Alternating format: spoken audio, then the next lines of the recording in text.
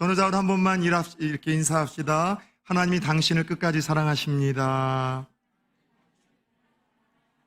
예, 그 사랑으로 6월 한 달도 하나님이 여기까지 헤쳐오게 하셨고 버텨내게 하셨습니다. 남은 이 6월 또 유정의 미를 거두고자 예배로 시작한 우리 성도님들에게 하나님이 이 한 주를 또 잘 견뎌내고 새로운 치유를 받을 수 있는 새로운 은혜와 능력을 주실 수 있기를 예수 그리스도의 이름으로 축원합니다. 1세기의 초대 교회 시절에는요, 로마 정부로부터 어떤 정찰의 임무를 받고 교회 안에 스며든 스파이들이 제법 있었다고 합니다. 왜냐하면 그 당시 이 교회 공동체에 대한 흉흉한 소문이 막 로마 사회에 퍼지기 시작했어요. 예수님의 이 살과 피를 기념으로 하는 어떤 성찬식 때문에 저들이 사람의 인육을 나누는 어떤 그런 집단이다라는 오해도 받았고요.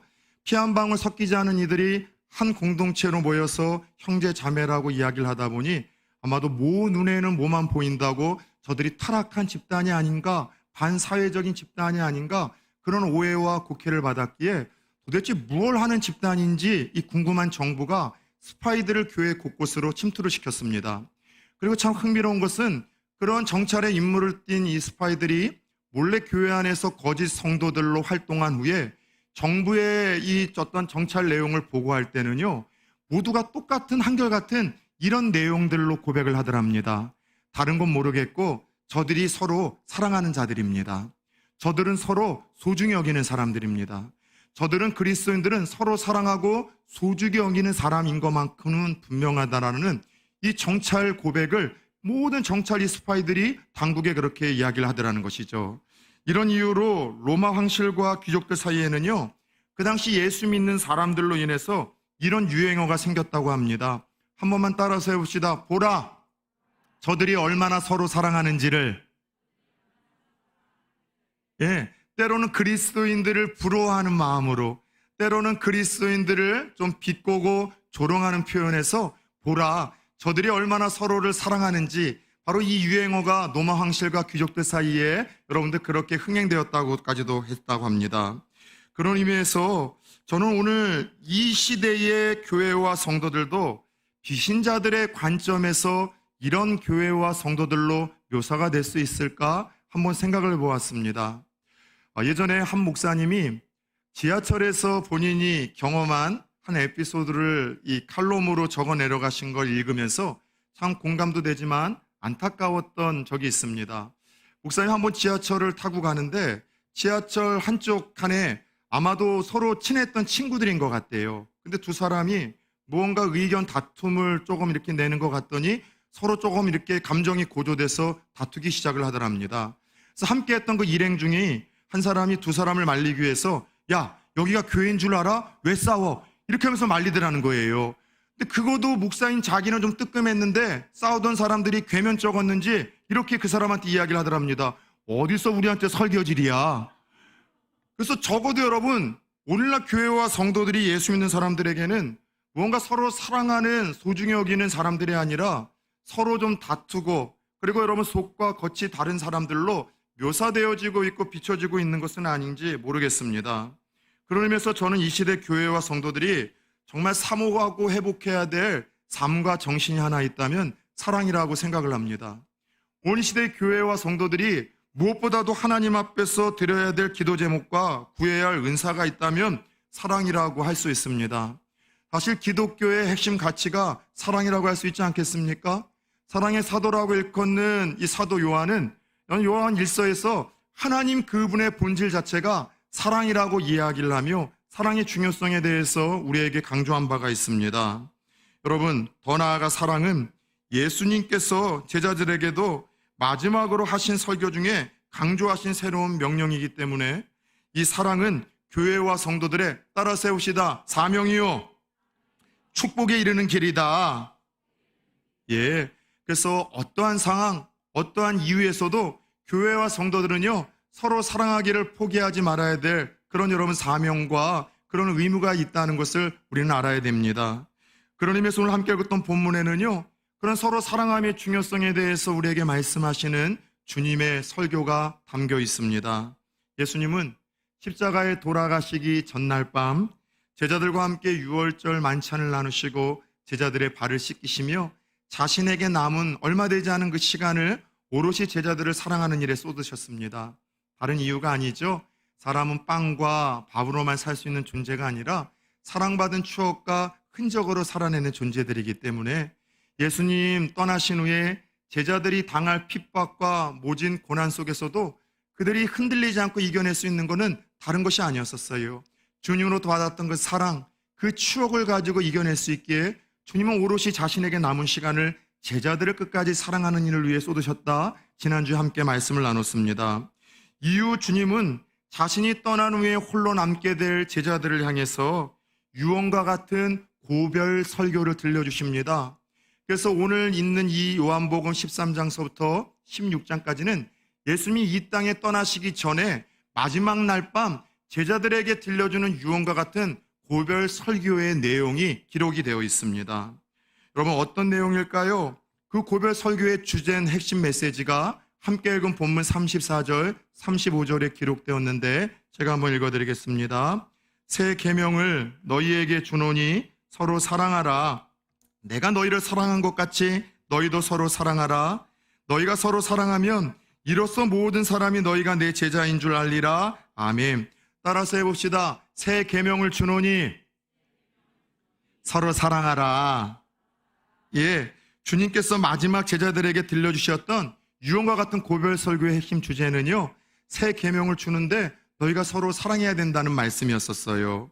사실 요한복음에는요, 이 사랑하라는 말씀이 56회나 등장을 합니다. 그런데 고별 설교라고 일컫는 13장 이후로 여러분 사랑하라는 이 메시지가 44번이나 등장할 정도로 이 제자들을 놓고 떠나시는 가운데 주님이 제자들에게 바랐던 한 가지 바람, 한 가지 소원은 그들이 예수 안에서 서로 사랑하는 공동체, 사랑하는 이들이 되기를 원하셨던 거예요. 근데 먼저 궁금한 것은 여러분 이 사랑에 대한 메시지를 주님이 주긴 하셨는데 여러분 이 사랑하라는 메시지는 새로운 계명이라고 하기에는 좀 이상합니다. 아마도 심상치 않은 분위기 속 예수님이 죽을지 모른다라는 분위기 속에서 던져진 이 메시지에 귀를 기울였을 제자들은요 아마 무언가 기대를 했을 겁니다. 내가 너희에게 새 계명을 줄게. 한 번도 들어보지 않은 말씀이 새 계명 아니겠습니까? 한 번도 여러분 경험해보지 못한 설교가 새 계명 아니겠습니까? 어떤 설교를 주실까? 그를 귀를 기울였을 때 예수님이 주셨던 그 새 계명이라는 말씀은 그다지 새로운 것이 아니에요. 서로 사랑하라. 이것은 구약에서도 주님께서 많이 말씀하셨습니다. 레위기 19장에서도 너희 자신과 같이 서로 사랑하라고 이야기를 하셨고 예수님도 이 고별 설교 전에 이전의 제자들에게 너 몸과 같이 내 몸과 같이 이웃을 사랑하라는 메시지를 종종 들려주셨어요. 심지어 여러분 우리가 중요하게 여기는 구약의 10계명 10가지 계명에서도 핵심 가치와 주제가 사랑 아닙니까? 1계명부터 4계명까지는 이렇게 하나님을 사랑하라는 내용이고요. 5계명 부모 공경으로부터 이웃 사랑하는 10계명까지는 이렇게 이웃을 사랑하라는 메시지로 서로 사랑하라는 메시지는 새로운 것도 아니고요. 놀라운 것도 아니고요. 식상하고 구태의연하고 예측 가능한 설교였는데 마지막 유언과 같이 떠나는 그 장면에서 주님이 남겨주시는 이 새 계명이 바로 서로 사랑하라는 메시지예요. 여러분 구약에도 있는 말씀, 예전에도 주셨던 말씀, 너무나 익숙한 말씀인데 왜 서로 사랑하라는 것을 새 계명이라고 주님은 소개하셨던 것일까요? 그것은 사랑하라는 이 구태연 그리고 식상한 말씀 앞에 붙어있는 하나의 수식 문장 때문이에요. 따라 세웁시다. 내가 너희를 사랑한 것 같이. 예, 사랑하라는 메시지는 구약에서도 예수님이 그전에도 많이 여러분 설명을 하셨지만 여러분 내가 너희를 사랑한 것 같이라는 사랑의 구체적인 기준과 모범을 제시하셨기에 주님은 새로운 계명이라고 소개를 하셨던 것이죠. 도대체 주님이 제자들을 어떻게 사랑하셨을까요? 그들이 제자들에게 보이셨던 지금까지의 사랑은 어떤 사랑이었기에 이런 말씀을 하시는 걸까요? 먼저 우리가 상식적으로 아는 것처럼 우리가 흔히 사랑하면은 여러분 우리가 알고 있는 단어가 3가지 있다는 것 아시죠? 첫 번째 사랑은요 에로스적인 사랑입니다. 가장 일반적인 사랑 있잖아요. 드라마나 영화의 소재가 되는 그 사랑, 혹은 노랫말 가사에 항상 등장하는 그 사랑, 감정적이고 육체적이고 어떤 쾌락적인 그 사랑, 바로 이 사랑이 여러분들 이 에로스적인 사랑입니다. 두 번째 사랑은 필리오라는 사랑이 있죠. 어떤 우정, 형제와 형제 사이에, 자매와 자매 사이에, 친구와 친구 사이에 돈독한 그 우정을 가리켜 필레오라고 합니다. 그런데 또 하나의 사랑, 예수님께서 제자들에게 본을 보이시고 명령하셨던 이 사랑은요, 바로 따라서 해봅시다. 아가페적인 사랑. 많이 들어보셨죠? 무조건적인 사랑, 희생적인 사랑, 바로 아가페적인 사랑이에요. 에로스적 사랑이나 혹은 필리오 사랑은요, 영어의 비코우즈가 여러분들 기록이 되어 있습니다. 나는 네가 성격이 좋기 때문에 사랑해. 너의 인품이 괜찮기 때문에 사랑해. 너의 외모가 끌려서 사랑해. 내가 건강하기 때문에 사랑해. 너가 부유하기 때문에 사랑해. 항상 조건과 이유가 붙어요. 그런데 여러분, 이 아가페적인 사랑은 그럼에도 불구하고 사랑한다는 거예요.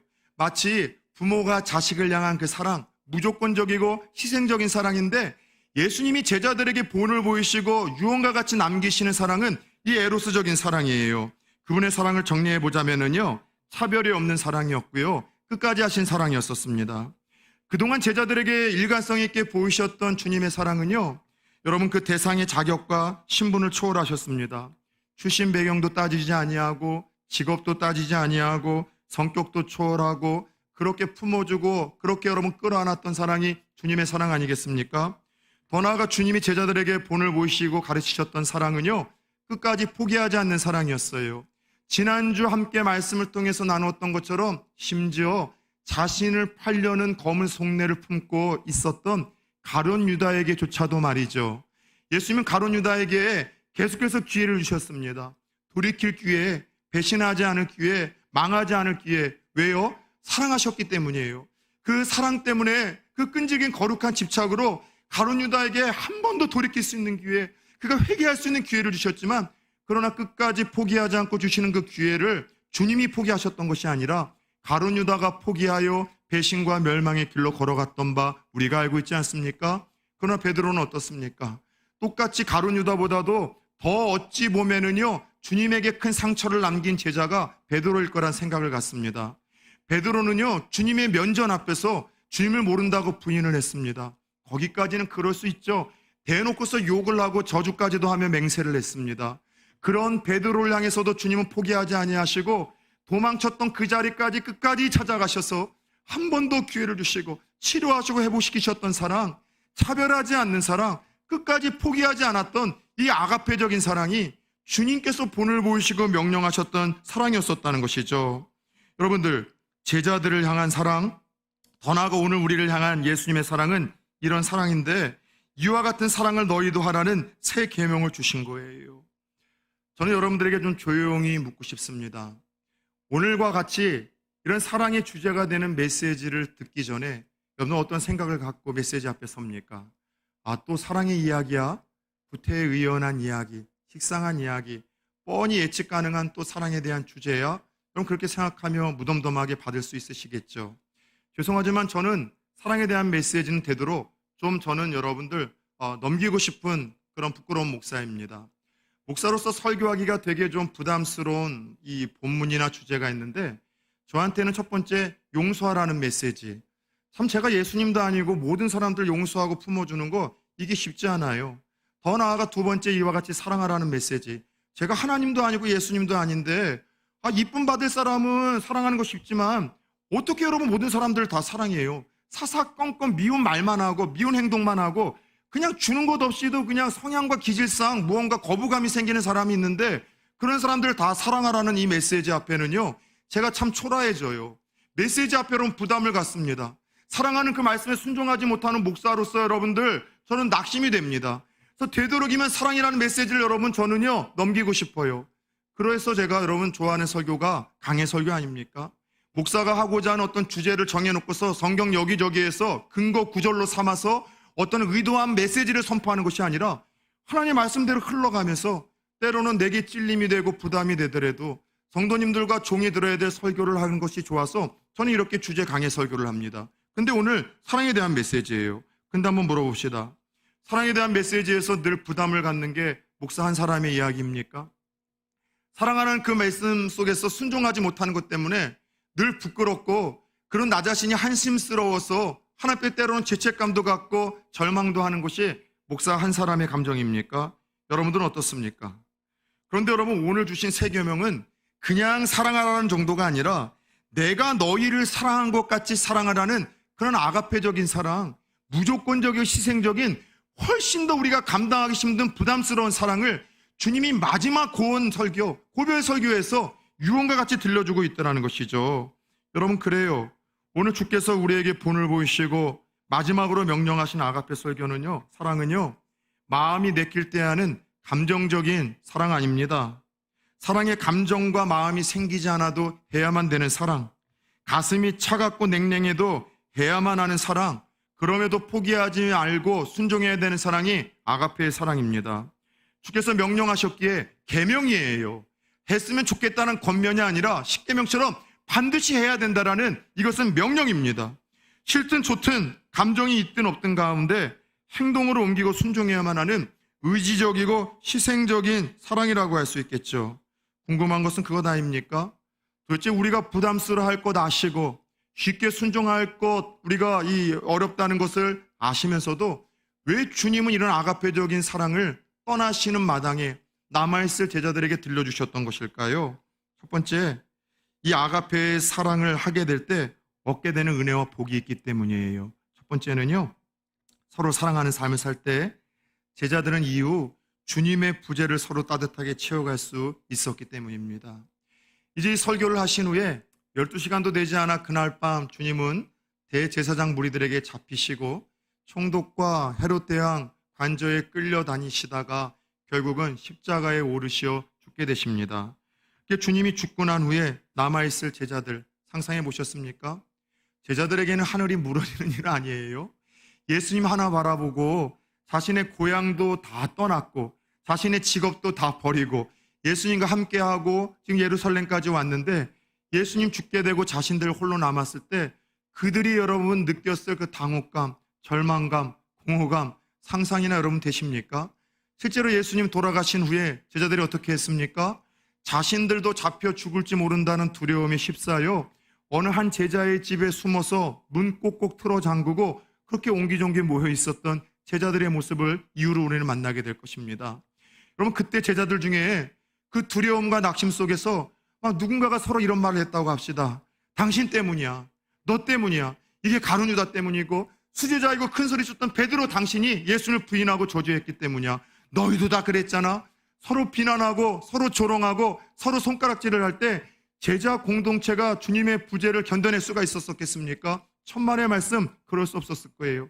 그러나 그들은 주님이 떠나간 그 부재 속에서 느껴오는 허무함, 공허함, 외로움, 두려움, 불안 속에서도 서로가 서로를 위해서 아껴주고 사랑해주는 그 힘을 통해서 주님의 그 부재를 채워갈 수 있었던 거예요. 비록 주님과 하나님이 그들과 가운데 함께하는 것을 눈으로 볼 수 없었지만 주님이 자신들에게 그렇게 하셨던 것처럼 자신들도 따뜻하게 그 사랑을 서로에게 실천함으로 인해서 주님이 함께하고 계시다는 것을 그 가운데 느끼며 그 모든 두려움과 불안함과 모든 그 걱정 속에서 이겨내고 견뎌낼 수 있는 힘을 얻었기 때문에 주님은 마지막 떠나시는 마당에 주님의 부재를 채울 수 있는 그 사랑을 제자들에게 명령하셨던 거예요. 성지 순례를 가게 되면은요, 이스라엘에서 저는 이제 예전에 한번 32명의 60세 이상의 어르신들을 데리고 갈 때 노마를 경유해서 좀 한번 나왔습니다. 근데 사실 뭐 개인적인 이거는 경험담이긴 하지만 저는 이스라엘에서의 성지 순례보다도 노마에서의 두 장소 때문에 참 많은 은혜와 감동을 받았어요. 첫 번째는 우리 사도 바울의 마지막 갇혔다가 그가 이제 참수를 당한 그 사형장을 가서 참 은혜를 받았어요. 그날따라 또 비까지 주적주적 내리더라고요. 관광객이 없다 보니까 사도 바울이 죽기 전에 마지막 사형의 날을 기다리며 잠시 머물렀을 그 한 평도 안 되는 감옥에 제가 한 2, 3분 동안 가만히 있었어요. 어두운 감옥, 아주 작은 창문으로 밖으로 보이는 그 창문에서 마지막에 자기의 죽음이 가까웠었을 때 사도 바울이 어떤 생각을 하고 어떤 모습으로 그가 시간을 보냈을까, 그 생각을 하니까 울컥한 거예요. 그리고 나와서 정확한지 모르겠지만 제 경험으로는 마지막 사도 바울이 참수를 당했던 곳이 그의 감옥에서 한 200, 300m 정도가 되는 거리인데 그 길에 섰을 때 어떤 마음으로 사도 바울이 이 길을 걸어갔을까 생각하니까 엄마 눈물이 막 울컥하는 거예요. 그래서 그 자리에서 참 은혜를 받았고, 또 하나 로마에서 큰 은혜를 받았던 것 중에 하나는 카타콤을 방문했을 때였었습니다. 카타콤 다 아시죠? 지하 무덤을 의미하는데 1세기 크리스찬들의 로마 황제의 핍박을 피해서 예배하고 싶어서 하나님 앞에서 기도하고 싶고 찬양하고 싶어서 그들이 숨어 들어갔던 곳이 깊은 땅 속에 굴을 파고서 거기서 집단 공동체 생활을 했던 거예요. 우리나라 정서로는 이해가 안 되겠지만 그 로마의 이제 그 토양 자체가 석회질이기 때문에 쉽게 이렇게 잘 파지고요. 한번 파진 곳에 이제 공기가 유입이 되면은요, 웬만한 것보다도 더 탄탄하게 이제 이 그 재질이 이게 변형이 되기 때문에 그렇게 무너지지 않는 굴들을 깊게 넓게 파고 들어가서 많은 크리스찬들이 거기서 예배하며 공동체를 이룰 수 있었던 거예요. 무덤이었었습니다. 냄새나는 곳입니다. 여러분들 정말 갑갑한 곳이겠죠. 어떤 날 갑자기 로마의 병사들이 들이닥칠지 모르는 두려움과 불안의 날들을 보냈을 것입니다. 그런데 그 카타콤 한 벽에 이런 글이 쓰여져 있어요. 사랑했던 당신들 때문에 내 나이 63세, 지금까지 난 살 이유가 충분히 있었습니다. 사랑했던 당신들 때문에 내 나이 63세, 지금까지 날 살 이유가 충분히 있었습니다. 아마 63세에게 그곳에서 평생 공동체 생활을 하다가 먼저 하나님 앞에 떠남, 그 부름받은 한 사람이 신앙 고백을 하듯 그 남은 공동체에게 편지를 쓰듯 적어낸 글인 것 같아요. 가장 춥고 가장 냄새가 나고 가장 불안하고 가장 불편했을 그곳에서도 어떤 불평이나 후회가 아니라 사랑했던 당신들 때문에 난 충분히 살 이유가 있었다는 이 한 사람의 고백을 통해서 그 사랑이라는 것이 때때로 두려움과 불안함과 염려 속에 휩싸여 있는 우리들에게 충분히 살만한 힘과 능력을 줄 수 있는 원동력이라는 것을 우리는 조심스럽게 발견하게 됩니다. 그래요, 주님이 참 부담스럽고 순종하기 힘든 아가페적인 사랑을 명령하셨던 것은 주님 자신을 위함이 아니라 제자들을 위함이었었어요. 사랑하는 곳에 행복이 있고 사랑하는 곳에 살 소망이 주어지는 법이고 사랑하는 곳에 살 수 있는 힘이 주어지기에 예수님의 부재를 충분히 그들끼리 채울 수 있는 유일한 비결이기에 사랑을 명령하셨던 것입니다. 두 번째, 주님이 그 부담스러운 아가페적인 사랑을 명령하셨던 이유는 오늘 35절을 보십시오. 서로 사랑하는 삶을 살게 될 때 세상으로부터 제자라는, 주님의 제자라는 인정을 받을 수 있기 때문이라는 것이죠. 예, 우리는 사랑할 때 하나님의 자녀라고 인정받을 수 있습니다. 사랑할 때 우리는 하나님의 이 제자라는 것, 예수의 제자라는 것을 세상 사람들로부터 인정을 받는다는 것이죠. 이 말은 역으로 해석을 해보자면요, 조금 우리들에게 부담스러운 말씀이에요. 만약 예수를 믿는다고 이야기를 하지만 서로 사랑하지 못한다면 우리가 하나님의 자녀와 예수의 제자라는 것이 증명되고 드러날 수 없다는 것 아니겠습니까? 한번 냉철하고 객관적인 자리에서 생각해 봅시다. 세상 사람들이 언제 우리를 예수 믿는 제자로 여러분 인정을 합니까? 세상 사람들이 교회 다니는 기독교인들을 언제 참 신자와 성도와 하나님의 자녀로 인정을 합니까? 철야기도 한 번도 빠지지 않고 기도할 때요? 금식 기도를 밥 먹듯이 하면 인정을 할까요? 남들보다 더 많이 헌금하고 봉사하면 인정을 할까요? 여러분들 무엇보다도 남들보다 더 많이 헌신하고 기도하고 섬기면은요, 세상 사람들이 이렇게 인정하지 않을까요? 미쳤다고, 믿어도 좀 적당히 믿으라고 그들은 조롱과 함께 핀잔을 줄 겁니다. 그런데 그런 세상 사람들이 할지라도, 기독교에 대해서 좀 부정적이고 거부 반응을 보이는 세상 사람들이 할지라도 세상에서 보일 수 없었던 그 사랑을 기독교인들이 보이게 될 때, 뻔히 손해보는 것 알면도 여러분 양보하고 희생할 때, 더 나아가 이타적으로 사랑하는 모습을 여러분 기대하지 않았던 크리스찬들이, 내 직장과 학교와 내 이웃들 중에 기대하지 않았던 예수 믿는 사람들이 그런 이타적인 사랑을 보일 때 세상 사람들은 감동을 받는 거예요. 다른 사람들은 모르겠지만 저 목사는 진짜구나, 저 장로는 진짜구나, 저 권사와 저 성도는 다른 사람은 모르겠지만 진짜 예수 그리스도의 제자이고 하나님을 믿고 섬기는 성도이다. 세상 사람들은 그때 인정받고 감동받는 것 아니겠습니까? 우리가 성경 공부 많이 해서 지식이 많이 있고 열심히 헌신하고 기도하는 모습 보고서 세상 사람들은 인정하지 않아요. 감동받지 않습니다. 여러분, 이런 이유로 믿음의 선배들은요, 사랑은 예수 그리스도의 제자임을 나타내고 증명하는, 따라서 해봅시다, 제자 배지이다. 예, 우리가 예수 그리스도와 상관 있는 사람들이라는 것, 하나님의 자녀라는 것, 진짜 찐 성도라는 것은 어떻게 증명이 되어진다고요? 세상에서 볼 수 없는 그 이타적인 사랑, 조금 손해를 보더라도 양보하고 주께서 보이셨던, 명하셨던 그 사랑을 실천하며 나아갈 때 세상 사람들 우리들에게 그렇게 인정하기에, 하나님을 인정하기에 우리 주님께서 마지막 떠나시며 제자들에게 이 아가페적인 사랑을 여러분 명령하셨던 것이죠. 끝으로 오늘 주님이 순종하기 부담스럽고 쉽지 않은 아가페적인 사랑을 마지막 떠나는 마당에 주셨던 이유는요, 서로 사랑하는 삶을 살아야 후회하지 않는 인생이 되기 때문입니다. 호스피스 병동 환자들이 죽을 때 1순위로 후회하는 내용이 똑같아요. 다른 것 아닙니다. 좀 더 사랑하지 못했다는 것에 대해서 그들이 후회를 하더래요. 내 남편을 조금 더 사랑할 걸, 내 아내를 조금 더 사랑할 걸, 이토록 짧고 내 인생에 한계가 있다는 걸 왜 미처 내가 몰라서 왜 이렇게 미우고 그렇게 내가 싸우고 그렇게 내가 다퉜을까? 사랑하는 가족들과 더 많은 시간과 더 많은 추억을 나누지 못했던 것에 대해서, 사랑해야 될 사람들을 사랑하고 용서해야 될 사람들을 용서하지 못했다는 것에 대해서 죽어가는 모든 사람들이 100이면 100, 첫 번째 이것 때문에 후회를 한대요. 세상 사람들을 같이, 여러분 예수 믿는 사람들도 똑같습니다. 사랑해야 될 사람들 사랑하지 못한 생애는요, 부끄러움만 남습니다. 후회만 남습니다. 사랑해야 행복하고요, 사랑해야 나도 누군가에게 사랑을 받습니다. 사랑할 때 여러분 감동을 주고 인정 줄 뿐만이 아니라, 사랑할 때 내 사랑을 받는 누군가가 살 소망을 갖고 변화되기 시작을 합니다. 요한계시록에는요, 이토록 중요한 사랑에 실패한 한 교회와 성도들을 소개합니다. 에베소 교회였었어요. 가장 화려한 동시에 큰 교회였었음에도 불구하고 주님이 보실 때 에베소 교회와 성도들에게 문제가 하나 있었어요. 다른 게 아니라 첫사랑을 잃어버린 거예요. 하나님을 향한 사랑도 잃어버렸고, 그 당시 순회 이단 거짓 교사들이 많다 보니 정말 저 사람이 거짓 교사가 아닌가 서로 의심하다가 보니 성도들 사이의 사랑이 여러분 식어져 가기 시작했어요. 그래서 사도 요한을 통해서 주님은 경고하십니다. 첫사랑을 회복하라. 그렇지 않으면 내가 촛대를 옮기겠다. 촛대를 옮기겠다는 것 쉽게 얘기하면 없애버리겠다는 거예요. 그러나 안타깝게도 이 사랑의 명령을 너무나 간과했던 에베소 교회와 성도들은 사랑을 회복하지 못했습니다.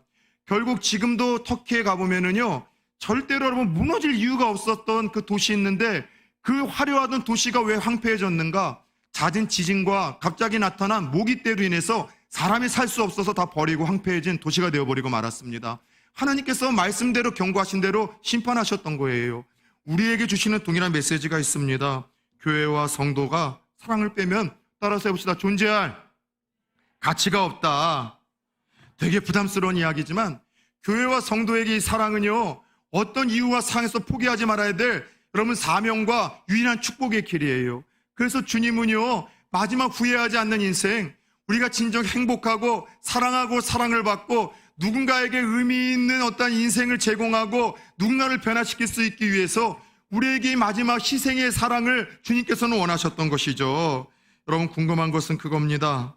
그렇다면 예수님은 도대체 이 사랑을 우리에게 주셨는데 우리가 어떻게 서로 사랑하라는 이 말씀을 구체적으로 순종하고 적용하며 살 수 있을까요? 다른 것 아니에요. 주님이 그렇듯이 첫 번째 우리도 따라 세웁시다. 벽을 허물고 다가가라.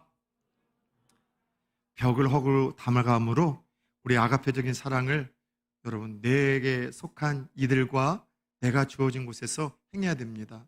사람들은 저마다 보이지 않는 유리벽을 세워요. 성별을 따라. 요즘에는 안 그랬었는데 남녀의 성별 차이로 인해서 보여진 어떤 이 갈등의 벽이 세워졌습니다. 그것만입니까? 어떤 지적인 수준을 따라서 교회 안에도 이렇게 보이지 않는 유리벽이 세워지잖아요. 저 사람 많이 배운 사람, 난 적게 배웠는데 말을 하면 지적인 어떤 소통이 잘 안 돼서 담을 쌓는 경우가 있습니다. 경제적인 이유 때문에도 그렇죠. 가장 큰 것은 성향과 기질 때문에 그냥 말하는 게 나하고 안 맞는 거예요. 행동하는 것이 나하고 안 맞아서 그냥 성향과 기질 때문에 교회 안에서도 여러분들 어쩔 수 없이 유리벽을 세우는 일들이 있어요. 그러면 아가페적인 사랑이라는 건 다른 것이 아니라 주님이 차별 없이 사랑받을 대상의 출생과 배경을 뛰어넘어서 여러분 끌어안았던 것처럼 그런 거예요. 나하고 성별이 다르고 성향이 다르고 기질이 다르고 정치 신념이 다른 사람이라 할지라도 그걸 허물고 먼저 다가가 손 내미는 것. 사울에게 바나바가 그랬듯이 예수님이 그 당시 여러분들 비천한 자라고 손가락질을 당하는 여러분 모든 이들에게 그랬던 것처럼 허물을 여러분 우리가 먼저 이 벽을 깨물고 허물고 다가가는 것, 이게 아가페적인 사랑이에요. 부산초원교회 성도님들, 저는 오늘 그랬으면 좋겠습니다. 처음 보시는 분들이 있어요. 기질상 여러분들 벽이 있다니까 내가 먼저 다가가는 게 힘들어요. 그런데 그걸 깨고 가는 것이 아가페적인 사랑이에요. 내가 먼저 처음 오신 분들이 있으면 따뜻하게 눈인사로라도 표정으로라도 손이라도 한번 잡아주는 거. 누군가 오늘따라도 얼굴 표정이 어둡거나 어깨가 처졌다면 지나가면서 그렇게 어깨 한번 쓰다듬어주고 손 한번 따뜻하게 만져주는 것. 그게 여러분들 벽을 허물고 다가가는 아가페적인 사랑인데, 중요한 것은 나와 맞는 사람, 내가 좋아하는 사람, 나의 기질과 여러분들 비슷한 사람만이 아니라 성별이 다르고 기질이 다르고 성향이 다르고 경제적인 상황이 다르고 신념이 다른 사람에게조차 내가 여러분 그 벽을 허물고 다가가는 것, 이것이 주님께서 우리에게 말씀하신 아가페적인 사랑이라는 걸 깨닫기를 축원합니다. 그런 의미에서 오늘 저는요, 오고 가면서 오늘만이라도 여러분이 한 번쯤 이런 용기를 내셨으면 좋겠어요. 얼마 되지도 않은 우리 성도님들 중에 한 번도 내가 잘 모르고 관계를 맺지 않아서 인사하지 못했던 누군가가 있다면 복도도 하나밖에 없어서 우리는 얼마나 많이 여러분 오고 가면서 보겠습니까? 그냥 지나치지 마시고 내 기질과 내 부끄러움과 내성적인 것조차도 허물고 뛰어나가 먼저 한번 인사하시고 손 한번 잡아주시고 이름 한번 부를 수 있는 그런 아가페적인 사랑을 실천할 수 있는 한 날이 되어지기를 예수의 이름으로 축원합니다. 두 번째는요, 아가페적인 사랑을 어떻게 순종하고 구체적으로 적용할 수 있는 줄 아세요? 허물을 덮어주는 거예요. 베드로전서 4장 8절에서는 이렇게 말씀하십니다. 무엇보다도 뜨겁게 서로 사랑할지니 사랑은 허다한 죄를 덮느니라. 아가페적인 사랑은 어떤 사랑이래요? 허다한 죄를 덮어주는 거예요. 두 종류의 사람이 있어요. 누군가의 허물을 볼 때 여러분 자신만 아는 것이 아니라 다른 사람에게 가가지고서요 공유를 해요. 너 그 사람 이런 허물이 있는 거 알아? 약점 있는 거 알아? 이런 말 한 거 알아? 이런 실수한 거 알아? 이런 행동하는 거 알며 하면서 쓸데없는 정보를 공유하면서 쉐어링하는 거예요. 나는 그래서 그 사람한테 이런 걸 느꼈는데 넌 어떤 거 같아? 여러분 누군가의 허물을 하나님이 내게 보이게 하셨다는 것은 그 허물을 드러내라는 것이 아니라 기도해야 될 사람이 바로 너다. 내가 너 하나 믿고 너에게만 보여줄게. 하나님의 이런 여러분 속내가 있는 거예요. 사랑하는 아내의 여러분 뭐다 단점이 보입니까? 남편의 단점이 보입니까? 하나님 보실 때 제일 마음 아픈 배우자가 어떤 배우자인가 하면은 아내와 남편의 그 여러분 부끄러움이 보일 때 다른 사람에게 자꾸 그걸 드러내는 거예요. 무슨 유익이 있고 뭘 기대하면서 여러분 남편과 아내의 허물을 다른 사람에게 이야기를 합니까? 보이게 하시는 것은 기도해야 될 사람이 너야. 책임져야 될 사람이 너니까 내가 너에게만 보여줄게. 하나님께서 덮어주라는 거예요. 주님의 사랑은 그랬어요. 계속해서 품어주셨어요. 지난주 가룟 유다도 한번 봅시다. 계속해서 주님은 가룟 유다를 첫 번째 너라고 이야기하지 않으셨어요. 계속해서 그의 인격을 존중히 여기시며 숨기셨어요. 우회적으로 말씀하셨어요. 그래서 제자들조차도 누구를 얘기하는지 모를 만큼 주님은 그렇게 가려주시고 허물을 덮어주셨어요. 사랑하는 여러분, 창세기 9장을 보면은 아주 재미있는 사건 하나가 벌어집니다. 그 당대의 의인이요, 하나님께 인정받았던 노아 할아버지의 큰 실수와 실패의 이야기가 기록되어 있습니다. 노아가 누구입니까? 당대의 의인으로서 그 가족만 홍수 가운데에도 심판 가운데 살아남지 않았습니까? 그런데 노아 할아버지가 배에서 나온 후에 농사를 지었어요. 특별히 포도 농사를 지었는데 포도가 여러분들 열렸을 때 뭘 했는가 하면은요, 그 포도로 술을 만들었어요. 그래서 인류 역사상 첫 번째 술을 만든 사람이 제조업자가 누군가 하면은요, 하나님과 상관없었던 사람이 아니라 노아 할아버지셨어요. 노아 할아버지가 그 술을 포도주로 만들고 거나하게 어느 한 날 드시고 취하셔서 세상에 이 바지까지 다 벗고 발개 벗고 누워 계셨던 겁니다.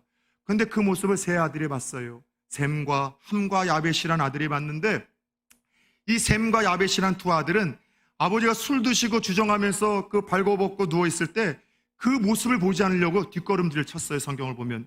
그리고 자신들의 옷을 가지고 뒷걸음질 쳐서 아버지의 부끄러움을 감춰드리고 그렇게 나왔습니다.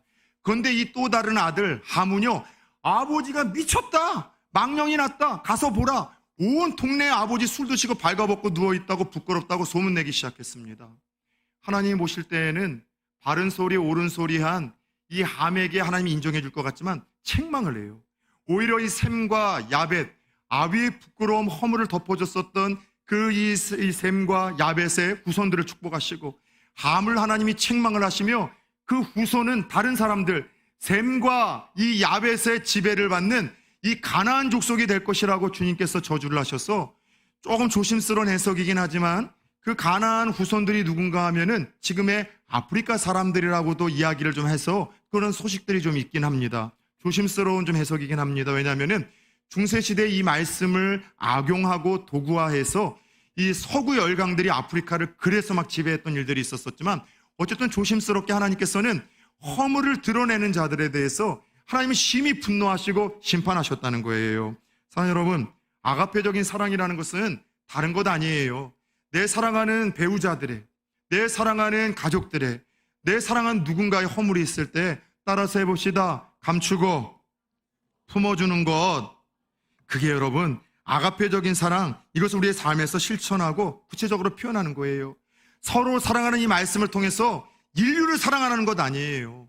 세상 사람들 사랑하는 것이 아니라 서로 사랑하는 것은 너희들끼리, 부부끼리, 가족끼리, 교회 안에서 그 하나님께서 허락하신 천국급 가족끼리 서로 사랑하면서, 두 번째, 허물을 덮어주는 것이 아가페 사랑이라고 합니다. 세 번째, 아가페 사랑을 삶에서 구체적으로 실천하는 것은 위로하고 칭찬하고 격려하는 거예요. 어떤 인생도 바른 소리로 변화되지 않는다고 얘기했습니다.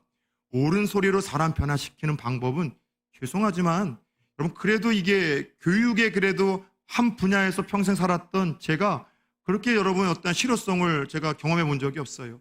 바른 소리, 옳은 소리에서는 안 변해요. 근데 여러분들 작은 모습 하나 그거 인정해주고 칭찬해주고 격려해주면 아름답게 변하고 이 꽃 피우는 사람들을 참 많이 보았습니다. 아가페적인 사랑이라는 것은 격려해주는 거예요. 인정해주는 거예요. 위로해주는 거예요. 여러분, 사랑하는 남편과 아내들이 어디서 위로받고 누구로부터 격려받고 칭찬받을 수 있겠습니까? 교회 안에 오는 성도들이 세상에서 누군가에게 인정받고 칭찬받고 격려받을 수 있겠어요?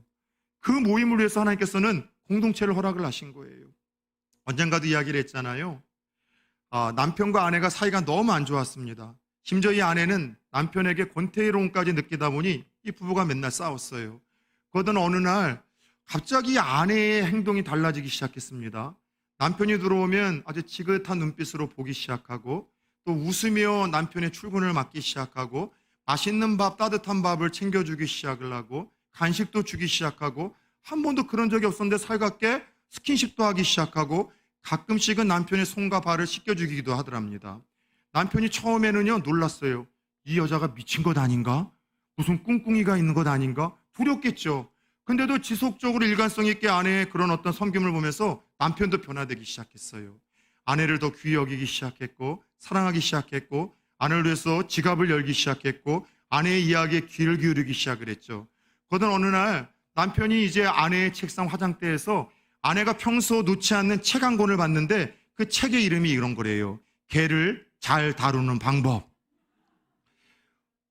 우스갯소리지만 개이든 사람이든 사람을 변화시키는 것은 칭찬과 인정과 따뜻한 격려라는 것이죠. 그래요.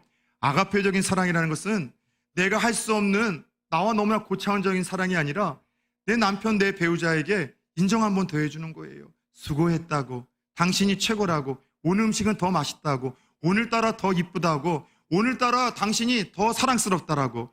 사랑하는 여러분, 인정과 칭찬과 격려로 인하여 주님이 명하시고 본을 보이셨던 아가페 사랑을 저와 여러분들의 삶 속에서 펼쳐나갈 수 있길 축원합니다. 끝으로 아가페 사랑을 구체적으로 우리가 순종하며 적용하는 것은요, 주님이 그렇듯이 인내하는 거예요. 한 번 더 참아주고, 한 번 더 기회를 주고 기다려주는 거예요.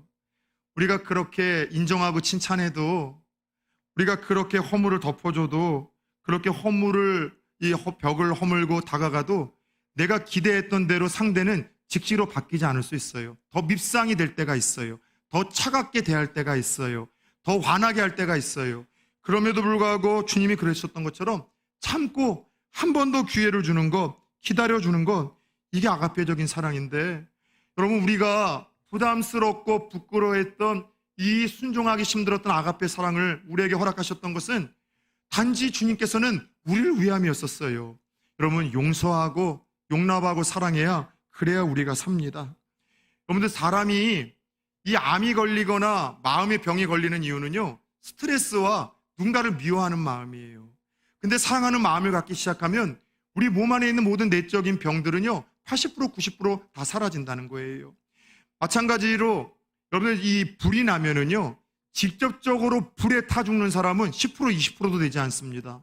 나머지는 다 80%는요 그 연기로 인해서 질식을 하는 것처럼, 우리 사람의 큰 질병이 찾아오는 것도, 몸에 문제가 찾아오는 것도 외부적인 것이 아니라 우리 내면에서 첫 번째 과도한 스트레스와 누군가를 미워하는데 용납하거나 용서하지 못하고 사랑하지 못하고 계속해서 집착하며 미워하는 마음을 갖기 시작하면 우리에게 여러분 이런저런 몸에 여러분 세포가 죽기 시작하고 큰 질병이 찾아온다는 것이죠. 따라서 벽을 허물고 먼저 다가가고 허물을 덮어주고 위로하고 칭찬하고 격려하고 참고 한 번 더 기회를 주고 기다려줌으로 말미암아 먼저 내가 행복하고 또 나도 사랑을 받고 내가 사랑하는 사람들을 아름답게 변화시키며 하나님을 영화롭게 할 수 있는 저와 여러분들이 되어줄 수 있기를 예수 그리스도의 이름으로 축원합니다. 그런데 여러분, 이런 아가페적인 사랑은 우리의 힘으로는 힘들어요. 어려워요. 그래서 아가페의 사랑을 하려면은 카도스의 은혜를 구해야 돼요. 카도스의 은혜라는 것은 무엇인가 하면 내가 너희를 사랑한 것 같이, 그 주님이 우리를 얼마나 사랑했는지 그 주님의 사랑을 우리가 이해하고 경험하고 아는 거예요. 하나님이 나를 얼마나 사랑하셨는지 그 은혜를 알 때 우리는 명령하지 않아도 누군가가 사랑스러워요. 하나님이 나를 얼마나 귀히 여기시는지 그 은혜를 깨달으면 우리는 굳이 하려고 하지 않아도 다른 사람을 여러분 먼저 다가갈 수밖에 없고 허물을 여러분 덮어줄 수밖에 없고 인정하고 칭찬할 수밖에 없고 한 번 더 기다려주는 그런 마음의 변화를 경험하는 거예요. 따라서 우리는 하나님, 내가 사랑이 부족하다라는 이 고백을 하는 자들이 아니라 하나님, 카도스의 은혜가 부족하다는 고백을 해야 돼요. 하나님의 은혜를 내가 몰라요. 사랑을 몰라요. 하나님, 그래서 내게 카도스의 은혜를 허락하셔서 내가 하나님부터 얼마나 큰 은혜를 받았는지, 얼마나 큰 사랑을 받았는지, 내가 하나님부터 얼마나 소중한 존재인지, 얼마나 큰 죄를 내가 용서받은 감격스러운 인생인지 내가 먼저 깨닫는 카도스의 은혜를 주셔서 이 순종하기 힘든 하나님 아가페적인 사랑을 밥 먹듯이 잠자듯이 숨을 쉬듯이 너무나 자연스럽게 나도 행함으로 말미암아 내가 세상에 하나님의 자녀요 제자라는 것을 자연스럽게 증명하게 하여 주시고 후회하지 않는 인생이 되게 하여 주옵소서. 이것이 저와 여러분들의 기도 제목이 되어야 될 줄 믿습니다. 여러분, 그래요. 아가페의 사랑을 한다는 것은, 이것을 시도한다는 것은 상처받기를 여러분 이것은 스스로 각오를 하는 거예요. 사랑하는 것은 아픕니다. 고통스럽습니다. 상처받기를 작정하는 거예요. 그래서 저는 이 시대 최고의 변증자이자 신학자였었던 C.S. 루이스가 쓴 이 글이 참 마음에 들어요. 그가 쓴 사랑에 대한 글이 있습니다. 사랑하는 것은 상처받는 것이다. C.S. 루이스는요 참 감정이 메말랐던 사람이에요. 어렸을 적 엄마가 죽고 나서는 누구도 사랑하지 못했던 그가 느지막하게 한 여인을 사랑하게 되었고, 그 여인이 불치병 시한부 인생임에도 불구하고 그 여인과 짧은 시간을 결혼을 하며 행복하게 시간을 보내며 사랑에 대한 글을 적었어요. 사랑하는 것은 상처받는 것이다. 들어보십시오. 누군가를 사랑해보라. 그러면 곧 당신은 상처받게 될 것이다. 만일 상처받기를 원치 않거든 그 누구도 사랑하지 말라. 당신의 마음을 아무에게도 주지 말라. 심지어 동물에게조차도 말이다. 당신의 마음을 철장 안에 굳게 가두라.